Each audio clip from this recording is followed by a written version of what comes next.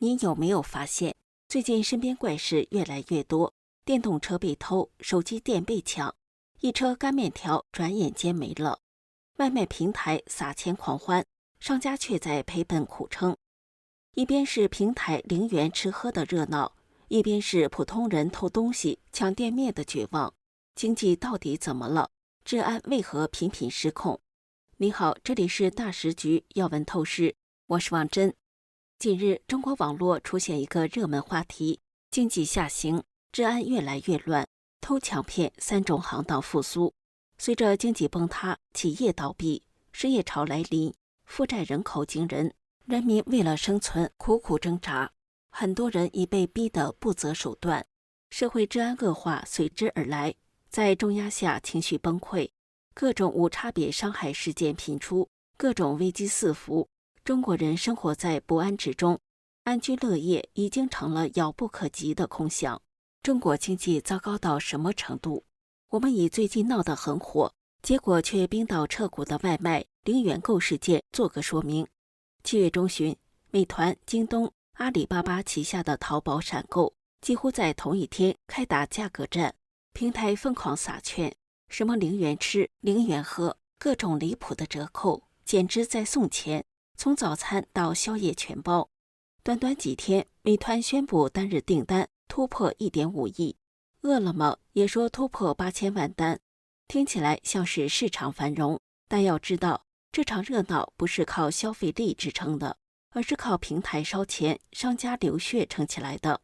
有餐饮老板直接算给媒体听，1碗米粉原价19.8元，顾客补贴后只花9.9元。扣掉平台佣金、打包费、配送费、各种抽成，商家最后到手不到1块钱。一天忙到凌晨，连人工和水电都不够。既然如此，为什么还要这么干？答案很简单，是为了抢流量，通过外卖补贴吸引客户，然后再导向利润更高的业务。高盛早在7月初的报告里就写明了，这场补贴战背后的真正目标从来就不是外卖。经济分析师阿德姆路说得更直白，这是平台烧钱、商家流血、用户短期得利的三输游戏。说白了，这是系统性困局下的自我欺骗。今天中国老百姓不敢花钱了，连吃饭消费都开始精打细算了。更夸张的是，阿里、京东都做起配送服务了，甚至连郑州5星级酒店都下场摆地摊卖小吃了，都是为了生存。所有行业在通缩和增长枯竭中争夺最后一点消费者的注意力，一切都在掌握着一个表面繁荣，但真实的利润、就业、消费能力通通是下降的。商家拼的是谁能在崩盘前多挺几天，也就是中共体制崩塌前的回光返照、末日狂奔。经济长期低迷，政府漠视百姓生存需求，当局出笼的政策无法救经济，民众生活在极贫之中。在这样的大环境下，人们发现身边的盗窃偷抢事件在增多。例如，停在小区的3轮电动车被偷走，在园区里的帐篷不翼而飞，整车的干面条转眼的功夫几乎被偷光。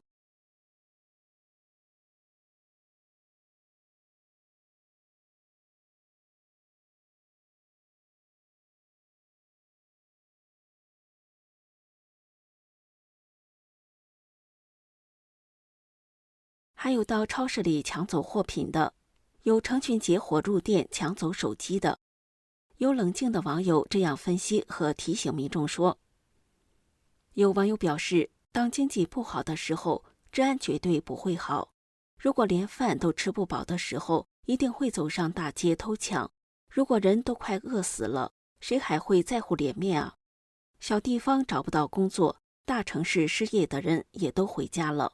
结果到处都是无业游民，车毁路霸就会随之增多，治安就完了。在知乎平台上，现在失业率高、负债率高，作为普通老百姓应该怎么活下去的话题引起广泛讨论。网友小齐指出，过去10余年间，中国民众曾普遍怀抱着买房家产翻番、毕业进大厂拿高薪的梦想，但如今社会和经济现实已经让人们不得不清醒，认为工资不高，单位不好，存不下钱，抠抠缩缩或许才是常态。有四川网友悲观地说，按照目前状况发展下去，中国社会或将重回上世纪60年代的艰难岁月。抖音上一名女博主总结了当前中国的普遍负债现象。从国家、地方政府、民营企业、国营企业到开发商、买房者、打工者乃至大学生，似乎都深陷债务泥淖，这个死结无人能破局。许多海外网友对这个话题也深有感触，他们纷纷表示，这种事情与经济无关，因为有什么样的政府，就有什么样的人民。只要人够贱，万物皆可偷。小至瓜果，大至国家，遥遥领先。还有网友指出，再多偷抢骗都比不上来一回城管、农管。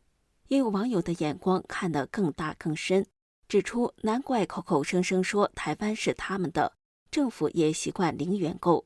习近平上台那天就预计到中国会返回到50年代那种蛮荒时代。记得2007年在深圳市住的时候，每个路口都有岗哨，那时以为他们的治安太好了，后来才知道根本不是这回事。